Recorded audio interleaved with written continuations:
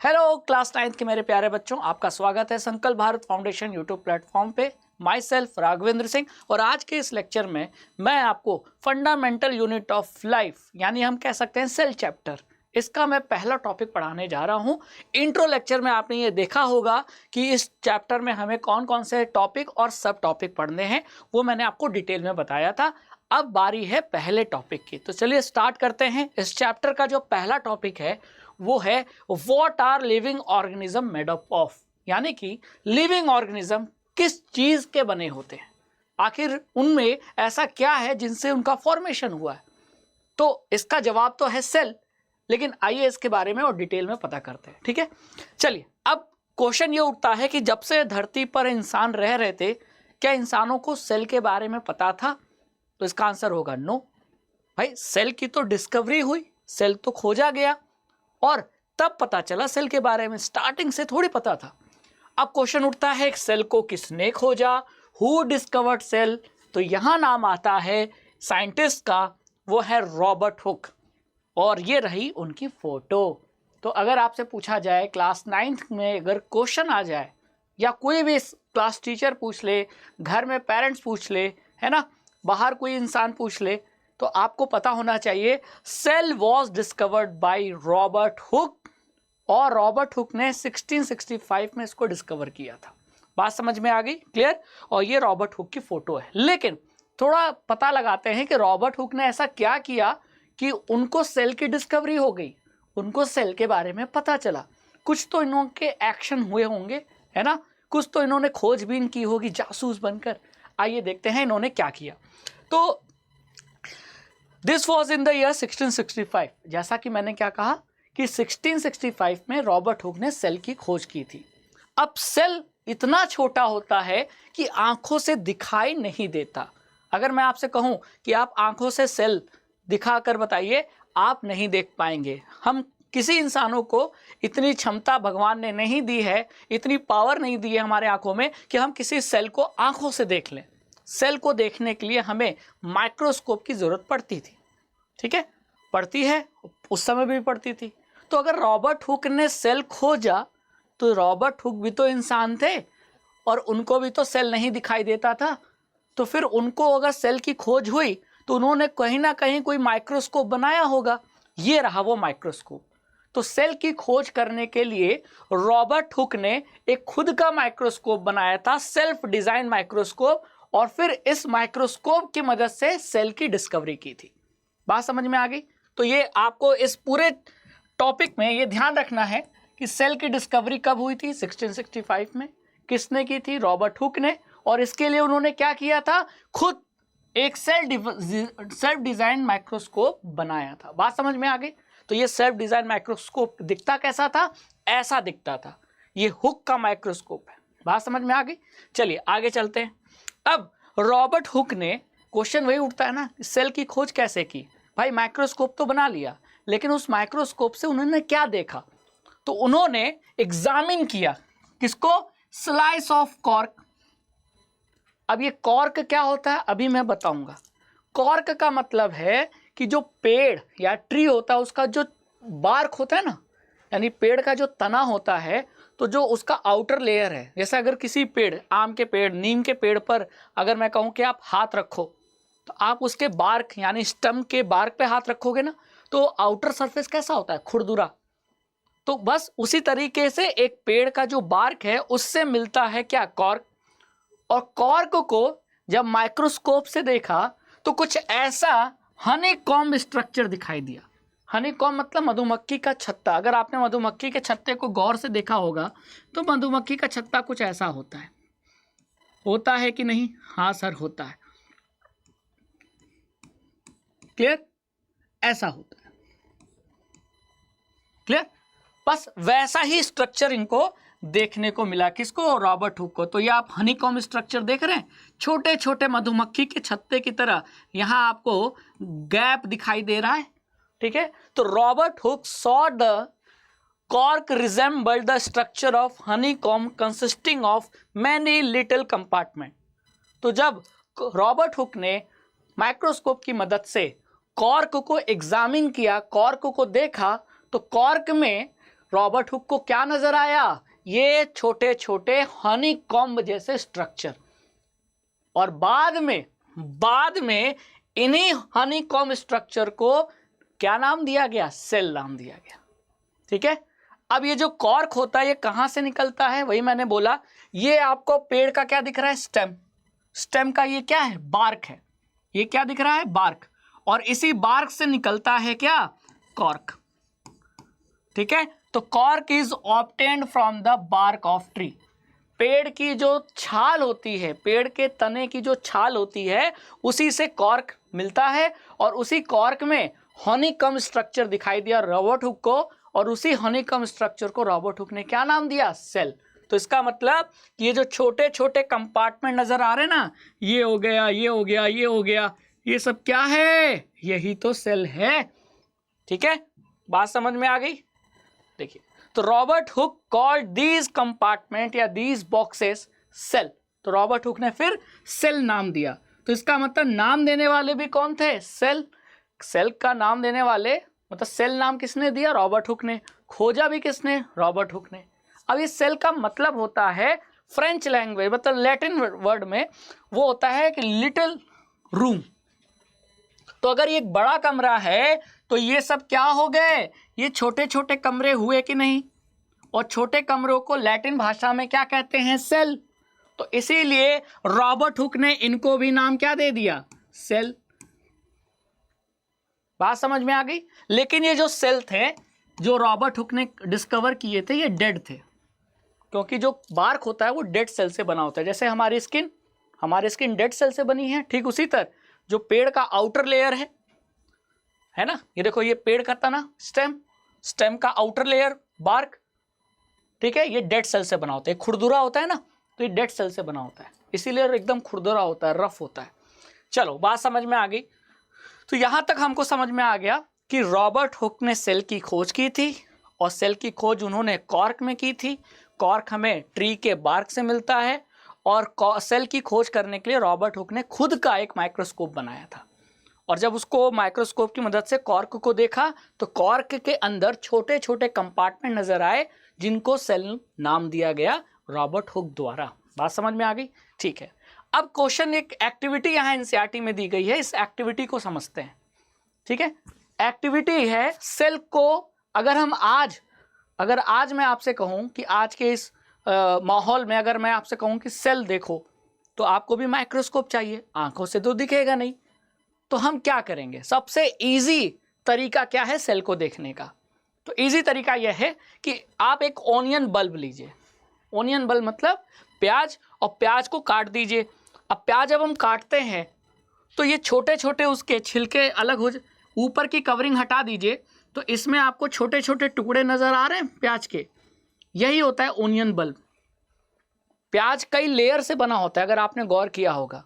अगर हम प्याज को काटेंगे तो एक लेयर, दूसरी लेयर, तीसरी लेयर, इसी को कह रहे हैं बल्ब। ठीक है, अब इस ऑनियन बल्ब से आपको क्या करना है? एक ऑनियन बल्ब लीजिए और फोर्सेप की मदद से, एक तरीके से चिमटा है, लेकिन ये वो चिमटा नहीं है जो मम्मी किचन में यूज करती हैं, ये लेबोरेटरी में यूज होने वाला छोटा सा चिमटा है, जिसे फोर्सेप कहते हैं। ठीक है, फोर्सेप की मदद से आप इस ऑनियन बल्ब से एक उसकी पतली लेयर, आउटर लेयर, स्किन, उसे निकालिए, जैसे यहाँ निकाला जा रहा है। ये देखो ध्यान से, है ना, ये ऑनियन बल्ब है, यानी प्याज का एक हिस्सा, टुकड़ा, और उससे फोर्सेप की मदद से स्किन को बाहर निकाला जा रहा है। ये जो स्किन है ये एपिडर्मिस कही जाती है। ठीक है, अब इस स्किन में क्या करना है आपको? क्या करना है? अब इसमें स्लाइड पे रख देना है। स्लाइड मतलब ग्लास का बना हुआ एक रेक्टेंगल पीस, इसे कहते हैं स्लाइड। क्या कहा जाता है? स्लाइड। और इस स्लाइड पर आपको क्या रख देना है? यहां से जो आपने स्किन, एपिडर्मिस निकाला ओनियन का, उसे यहां रख दीजिए। ठीक है, अब वो आपको अच्छे से दिखाई दे माइक्रोस्कोप में, इसलिए आप उसमें क्या ऐड कर दीजिए? आप ऐड कर दीजिए डाई। डाई का नाम सैफ्रेनिन। तो सैफ्रेनिन आप इसमें बूंद बूंद ड्रॉप की मदद से गिरा दीजिए। इससे क्या होगा? इसमें कलर आ जाएगा, पिंक कलर। ठीक है, और फिर आप इस स्लाइड को उठाकर रख दीजिए माइक्रोस्कोप के नीचे, ताकि आपको सेल दिखाई दे। और जब आप इस माइक्रोस्कोप में इस स्लाइड के बीच में जो रखा हुआ ओनियन का स्किन है जिसको आपने डाई कर दिया था, कलर कर दिया था, तो जब आप उसे माइक्रोस्कोप में देखेंगे तो आपको क्या नजर आएगा? What do we observe as we look through the lens?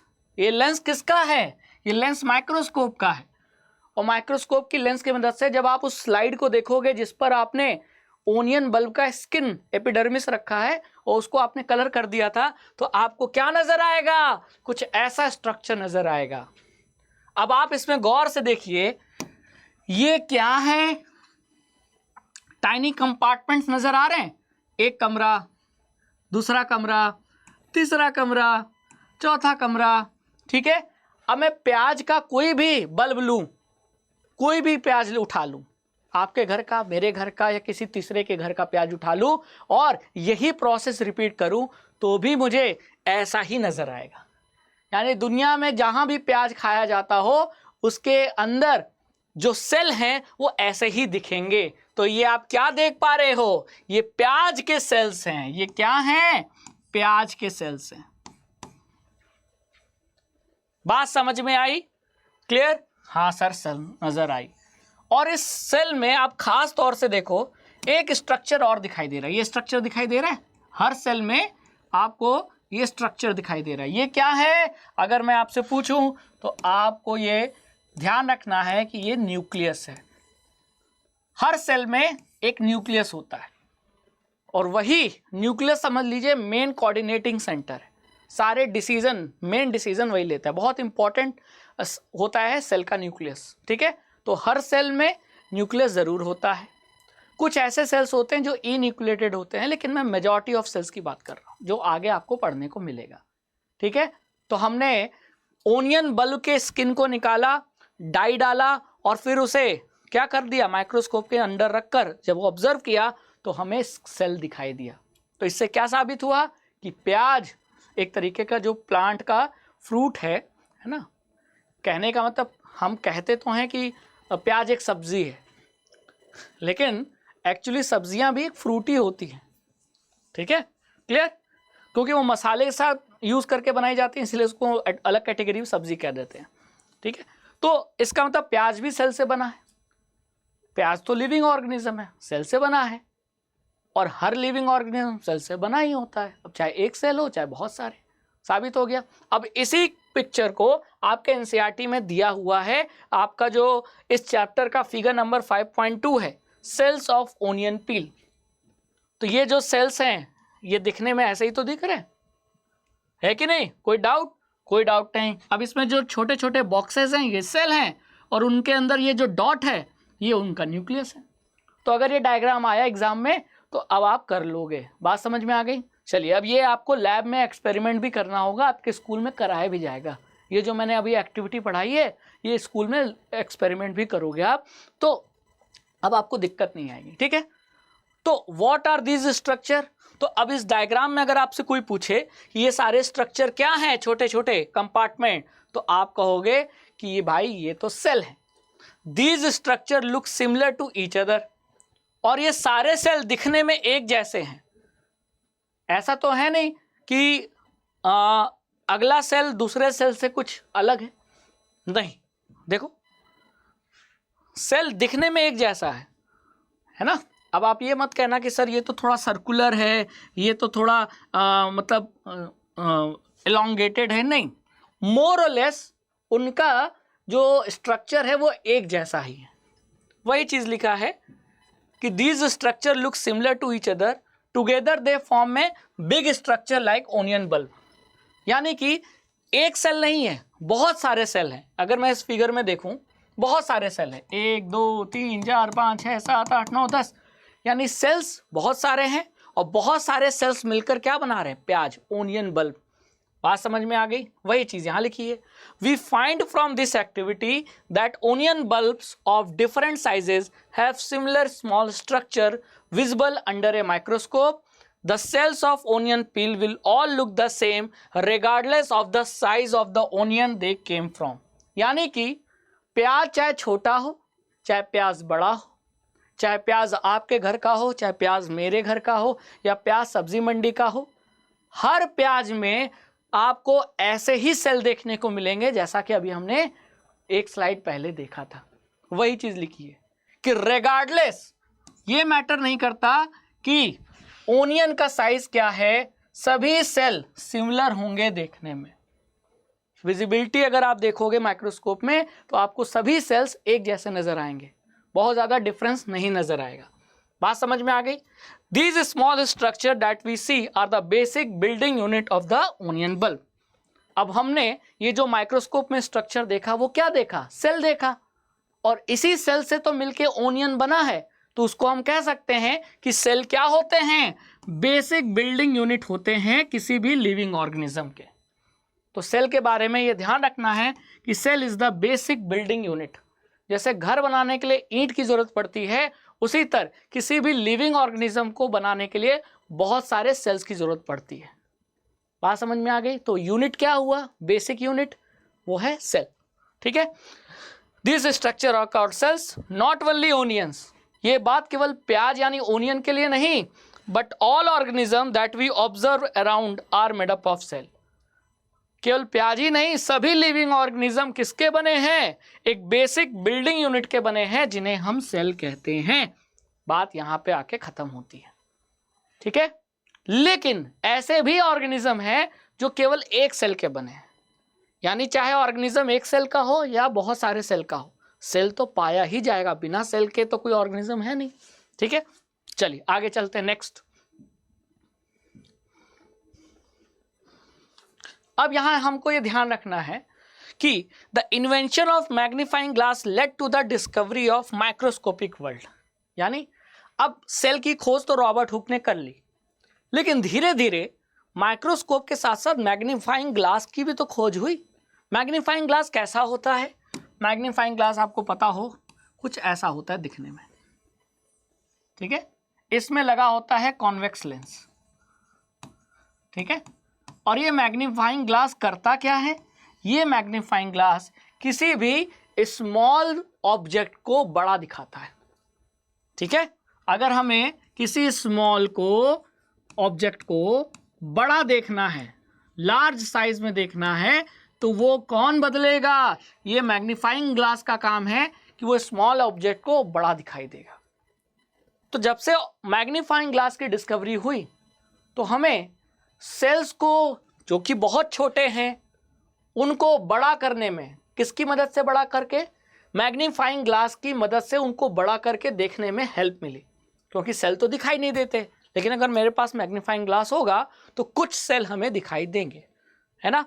तो माइक्रोस्कोप, मैग्नीफाइंग ग्लास, इन सारे चीज़ों के डिस्कवरी के बाद हमें सेल को देखना आसान हो गया, और तब हमें यह भी पता चला कि ऐसे बहुत सारे ऑर्गेनिज्म हैं जो केवल एक सेल के बने हैं, और एक सेल है तो साइज बहुत छोटा होगा, इतना छोटा होगा कि दिखाई नहीं देगा। तो ऐसे भी एनिमल्स की, मतलब लिविंग ऑर्गेनिज्म की खोज हुई। जैसे कि आपने नाम सुना होगा एमोइबा। ये देखिए, ये एमोइबा है, एक सेल का ऑर्गेनिज्म है। एमोइबा अगर आपको देखना है, किसी भी तालाब में जाइए, अगर गांव में आसपास तालाब है, तालाब में जाइए, थोड़ा सा पानी लीजिए और पानी को लेकर वही पानी की एक दो बूंद स्लाइड पे रखिए और उसे माइक्रोस्कोप में देखिए, आपको एमोइबा दिख जाएगा। यानी तालाब के पानी में एमोइबा पाया जाता है। कुछ ऐसा होता है देखने में, एक सेल का। ये भी लिविंग ऑर्गेनिज्म है, इसको कहते हैं क्लेमाइडोमोनास। ये भी सेल का बना है, एक सेल का बना है। लेकिन ये आपका पैरामीशियम है, चप्पल की तरह होता है पैरामीशियम, स्लीपर लाइक, है ना। तो इसको भी आप, ये सब कब देखने को मिल रहा है? ये सब तब देखने को मिल रहा है जब हमने माइक्रोस्कोप में देखा। माइक्रोस्कोप की मदद अगर आपको नहीं करनी है, मतलब नहीं लेनी है, अगर बिना माइक्रोस्कोप के देखना चाहते हो, तो ये सारे ऑर्गेनिज्म नहीं दिखाई देंगे। क्यों? क्योंकि एक सेल के बने हैं, यूनिसेलुलर। यूनि मतलब एक, सेलुलर मतलब सेल के बने हैं। ठीक है, तो इनकी खोज भी तभी हो पाई जब हमारे पास मैग्नीफाइंग ग्लास और माइक्रोस्कोप जैसे चीजें डिस्कवर हुई। ठीक है, चलिए आगे चलते हैं। तो these organism are called unicellular organism.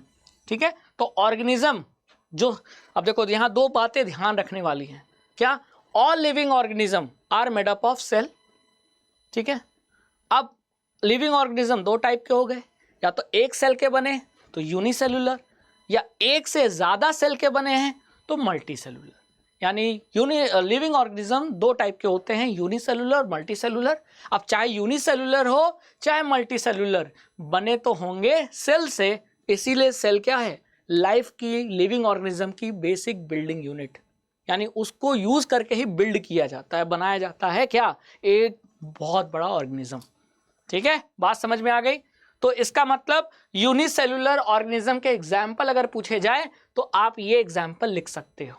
Bacteria भी है, पैरामीशियम भी है, क्लेमाइडोमोनास भी है, अमीबा भी है, ये all are example of unicellular organism. ठीक है, चलिए आगे चलते हैं। ऑन द अदर हैंड, लेकिन दूसरी तरफ फंजस कह रहे हैं, फंजाई, मशरूम, जैसे कि मशरूम हम खाते हैं तो मशरूम एक तरीके का फंगस है। पुराना ब्रेड हो जाए तो फंगस लग जाता है कि नहीं। फंगस हो गया, प्लांट्स हो गए, एनिमल्स हो गए, ये भी तो लिविंग ऑर्गेनिज्म है। इनका शरीर भी तो सेल से बना है, लेकिन इनके शरीर में एक सेल नहीं, बहुत ज़्यादा सेल पाए जाते हैं, तो ये मल्टी सेलुलर हुए। तो इन ऑर्गेनिज्म को हम मल्टी सेलुलर कहेंगे। तो अगर आपसे कहीं भी पूछा जाए कि मल्टी सेलुलर एग्जाम्पल, एनिमल्स का एग्जाम्पल लिखिए, यानी मल्टी सेलुलर ऑर्गेनिज्म का एग्जाम्पल बताइए, तो आप कहोगे प्लांट्स, प्लांट्स में सारे प्लांट्स आ गए। फिर आप कह सकते हो फंजाई, फंजाई में एग्जाम्पल देना है तो एक फंजाई है मशरूम, मशरूम जो खाते हैं भी हैं, और ऐसे मशरूम भी होते हैं जिन्हें नहीं खाया जाता, टॉक्सिक होते हैं।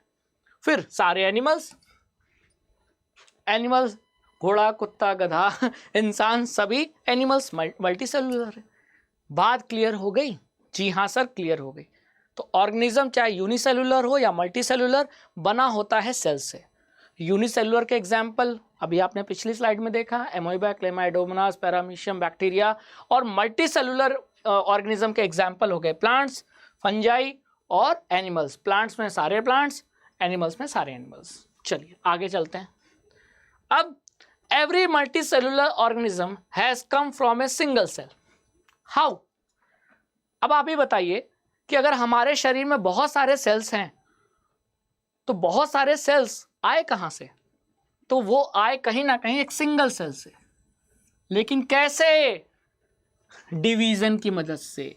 सेल डिवाइड होते हैं, एक सेल डिवाइड होता है तो फिर दो सेल बने, दो सेल बने फिर उससे चार सेल बने, फिर वो डिवाइड हुए। तो इस तरीके से सेल डिवीजन की मदद से सेल्स का नंबर बढ़ता है, और सेल्स का नंबर बढ़ेगा तो एक सेल्स के बजाय बहुत सारे सेल्स पैदा होंगे, प्रोड्यूस होंगे। तो सेल डिवीजन की मदद से एक सिंगल सेल बहुत सारे सेल्स को प्रोड्यूस करता है। तो मल्टी सेलुलर ऑर्गेनिज्म जिनके शरीर में बहुत सारे सेल्स पाए जाते हैं, उन बहुत सारे सेल्स का रिप्रोडक्शन हुआ कैसे, प्रोडक्शन हुआ कैसे? तो वो कहीं ना कहीं एक सिंगल सेल से हुआ। और सिंगल सेल से कैसे हुआ? By the help of cell division. तो cell divide to produce cells of their own kind. अपने जैसे सेल्स को प्रोड्यूस करने के लिए सेल क्या होती है? डिवाइड होती है। अपने जैसे मतलब जैसे सेल ए है, ये डिवाइड होगी तो ए टाइप की, ए कैटेगरी की ही तो सेल बनाएगी। बी सेल है तो बी डिवाइड होगी तो बी टाइप की सेल बनाएगी। सी डिवाइड होगी तो सी टाइप की सेल बनाएगी। यानी हर सेल अपने जैसे नए सेल्स को प्रोड्यूस करती है through cell division. And all cells thus come from pre existing cells. तो इससे यह साबित होता है कि जो भी सेल्स पैदा हुए हैं वो कहीं ना कहीं प्री एग्जिस्टिंग सेल से ही पैदा हुए हैं। यानी पहले से जो सेल थे उनसे नए सेल बने, फिर उनसे नए सेल बने, उनसे नए सेल बने, है ना। यानी दादा दादी के बाद मम्मी पापा, मम्मी पापा के बाद हम लोग, है ना। तो कहीं ना कहीं जो लोग पहले थे उन्हीं से तो नए लोग पैदा हो रहे हैं। बस वही चीज़ है, सेल में भी अप्लाई होती है। Clear? Some organism can have also different kinds of cells. जैसे हमारे शरीर में जो भी सेल्स हैं तो सारे सेल्स दिखने में एक जैसे थोड़ी हैं। हमारे बॉडी में सेल्स डिफरेंट काइंड के हैं, शेप अलग, फंक्शन अलग। जैसे ये देखो, हमारी मसल्स की सेल, स्मूथ मसल सेल दिखने में लंबी है, लेकिन हमारे ब्लड में पाई जाने वाली आरबीसी, डब्ल्यूबीसी, उसका सेल का शेप देखो। फिर हमारे नर्वस सिस्टम में सिग्नल को ले जाने और ले आने का काम करने वाली, हमारे सेंसेशन के लिए, सेंसेशन को ब्रेन तक ले जाना, ब्रेन से वापस लाना, उसका काम होता है नर्व सेल का। देखो दिखने में कैसी है, शेप अलग अलग है कि नहीं। यहाँ ओवम, ठीक है, ओवम मतलब एग। तो फीमेल के बॉडी में जो एग प्रोड्यूस होता है ह्यूमंस में, उसका सेल का शेप देखो। हड्डियों के सेल का शेप देखो, ये स्पर्म, जैसे फीमेल में ओवम एग प्रोड्यूस होता है, उसी तरह मेल के बॉडी में स्पर्म प्रोड्यूस होता है, उसका सेल का शेप देखो। फिर ये फैट सेल है, जो हम फैट खा रहे हैं, तो फैट जाकर जो स्टोर हो रहा है वो सेल में ही तो स्टोर हो रहा है, तो सेल का देखो। तो कहने का मतलब हम मल्टी सेलुलर ऑर्गेनिज्म में, जैसे कि इंसानों के बॉडी में जो सेल्स हैं वो सेल्स डिफरेंट काइंड के हैं, सबका शेप अलग अलग है, सबका फंक्शन अलग अलग है। Look at the following picture, it depicts some cells from the human body. तो ह्यूमन बॉडी में डिफरेंट वैरायटी का जो सेल्स है उसका यहाँ पिक्चर दिखाया गया है, और ये आपको आइडेंटिफाई करने में भी आता है। तो आप इन सभी सेल्स को अच्छे से पहचान लो कि कौन नर्व सेल है, कौन स्मूथ मसल सेल है, कौन ब्लड सेल है, कौन फैट सेल है, कौन ओवम है, कौन बोन सेल है, कौन स्पर्म है। ठीक है, तो ये लेबलिंग बहुत इंपॉर्टेंट है। ठीक है, ये लेबलिंग बहुत इंपॉर्टेंट है। ये नर्व सेल, ये फैट सेल, ये बोन सेल, ये स्पर्म और ये ओवम। आपको पूछ लिया जाएगा, कैसे पूछा जाएगा, मैच द कॉलम आ सकता है, या डायग्राम देखकर 4 ऑप्शन दे दिया जाए, बताओ नाम। तो फिर ये एनसीईआरटी की बुक से ये वाला डायग्राम नंबर या फिगर नंबर 5.3 अच्छे से पढ़ लो। चलिए आगे चलते हैं। अब क्या लिखा है, each living cell has the capacity to perform certain basic function that are characteristic of all living forms. How does living cell perform these function? अच्छा, हमने ये तो पढ़ लिया कि लिविंग ऑर्गेनिज्म बने होते हैं सेल के, तो सेल कुछ काम भी तो करता होगा। तो वही लिखा है कि हर सेल का कुछ ना कुछ बेसिक फंक्शन है जो वो परफॉर्म करती है, और एक ये फंक्शन किसी लिविंग ऑर्गेनिज्म की खासियत, कैरेक्टर बन जाती है। तो सेल का कुछ ना कुछ काम है, फंक्शन होता है, लेकिन सेल उस फंक्शन को परफॉर्म कैसे करती है। जैसे कि घर में मम्मी का काम है रोटी बनाना, सब्जी बनाना, मतलब घर वालों के लिए खाना बनाना, तो मम्मी इज सेल, और सेल का कुछ काम था, तो मम्मी उस काम को कैसे कर पाती है। तो मम्मी सुबह उठती हैं, सब्जी काटती हैं, आटा गूंथती हैं, तब ना सब्जी बनता है, और क्या करता है, मतलब सब्जी कटती है तो फिर सब्जी छौंकी जाती है और सब्जी बनती है, मसाले डाले जाते हैं। तो कहने का मतलब कि मम्मी कुछ एफर्ट्स कर रही हैं, है ना, मम्मी के हाथ पैर काम कर रहे हैं, तभी तो वो खाना बना पा रही हैं, अपने फंक्शन कर पा रही हैं। ठीक उसी तरह सेल भी कुछ फंक्शन करता होगा, तो इसमें उसकी हेल्प कौन करता है, कौन हेल्प करता है। तो यहाँ आपको कंसेप्ट समझना है डिवीजन ऑफ लेबर का। डिवीजन ऑफ लेबर का मतलब काम को बांट देना। जैसे शादी में, अगर घर में शादी पड़ती है, बहुत सारे काम होते हैं, तो ये सारे काम कोई एक ही इंसान करता है क्या, नहीं। खाना बनाने का काम हलवाई को दे दिया गया, टेंट वाले को टेंट लगाने का काम और कुर्सी मेज लगाने का काम दे दिया, लाइट वाला अलग अपना जिम्मा संभाल रहा है, वो जनरेटर देख रहा है, वो लाइटिंग बल्ब लगा रहा है ना। फिर कुछ लोग होते हैं जो पानी पिलाते हैं, मिठाई खिलाते हैं, खाना खिलाते हैं, सबका काम बटा हुआ है ना। तो इसी को कहते हैं division of labour. Division of labour से काम जल्दी होता है क्योंकि काम हमने बांट दिया। अब ये डिवीज़न ऑफ लेबर हमारे बॉडी में भी पाया जाता है, ह्यूमन बॉडी में, और यही डिवीज़न ऑफ लेबर हमारे सेल में भी पाया जाता है। यानी बॉडी का जो फंक्शन है वो बटा हुआ है। हार्ट का काम अलग है, लंग्स का काम अलग है, किडनी का काम अलग है। ठीक वैसे ही हमारे सेल का जो फंक्शन है वो भी बांट दिया गया है। सेल के अंदर बहुत सारी चीज़ें होती हैं, बहुत सारे फंक्शन होते हैं, लेकिन वो सारे फंक्शन कोई एक नहीं करता, उसको बांट दिया गया है। तो डिवीज़न ऑफ लेबर हमारे बॉडी में पाया जाता है, तो डिवीज़न ऑफ लेबर हमारे हर सेल में भी पाया जाता है, और इसीलिए हमारा सेल कुछ बेसिक फंक्शन परफॉर्म कर पाता है। तो how does a living cell perform this basic function? Due to the presence of division of labour in the cell, cell perform the function. अब ये डिवीज़न ऑफ लेबर हुआ कैसे, cell के अंदर ऐसा क्या है कि जिसकी वजह से काम बढ़ गया सेल के अंदर? तो इसमें सेल की मदद करते हैं सेल ऑर्गेनेल्स।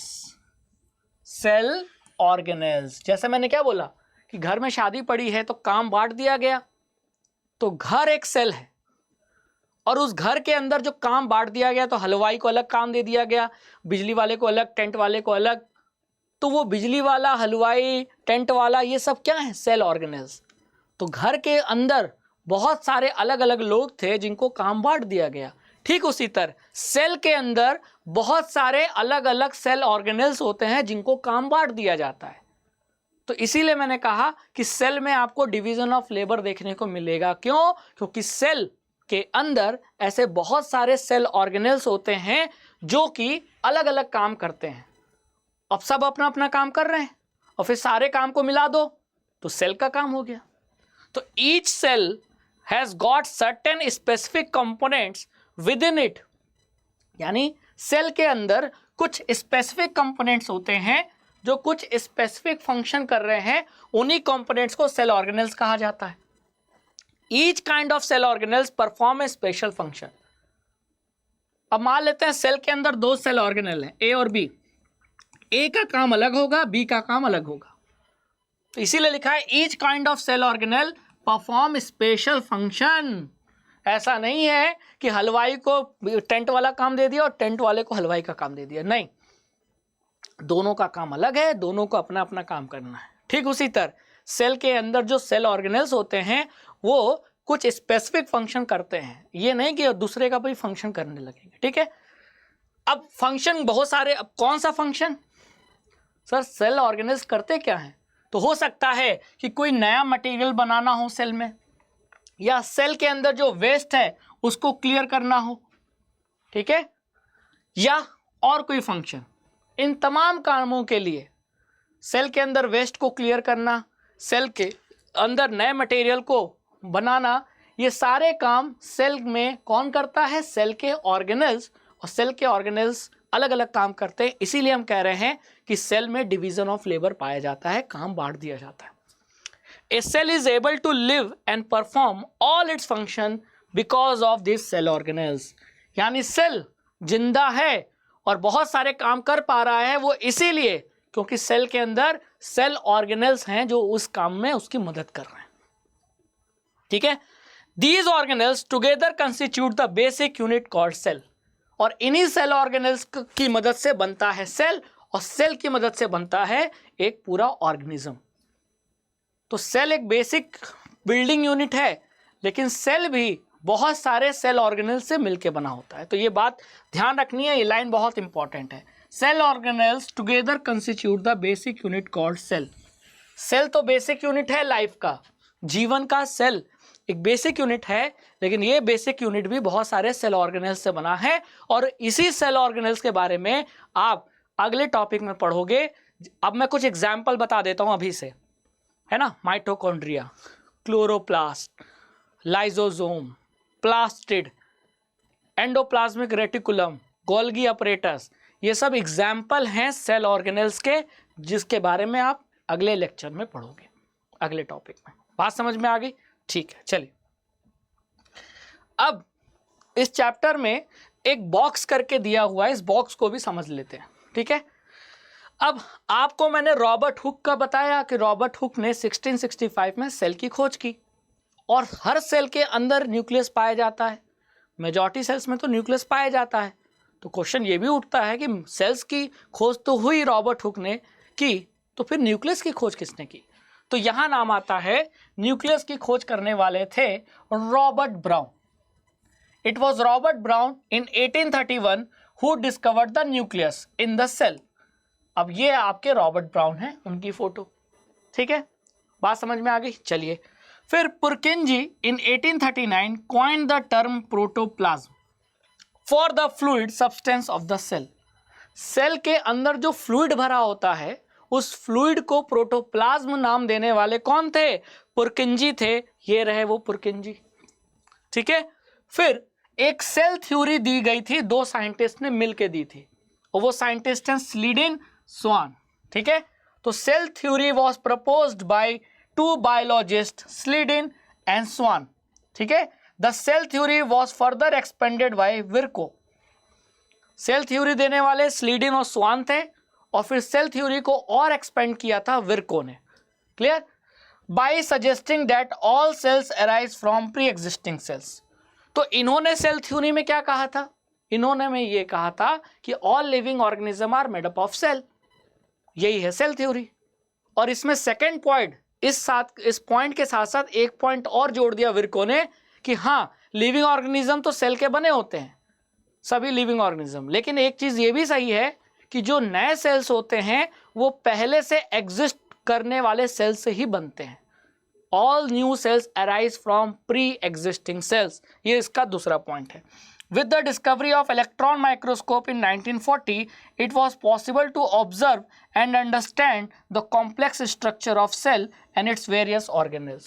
तो 1940 में जब इलेक्ट्रॉन माइक्रोस्कोप की खोज हुई तो सेल को और डिटेल में समझा गया, सेल के डिफरेंट सेल ऑर्गेनेल्स के बारे में पढ़ा गया और उनके फंक्शन को स्टडी किया, तब जाकर आज हमें इतना डिटेल में पता है।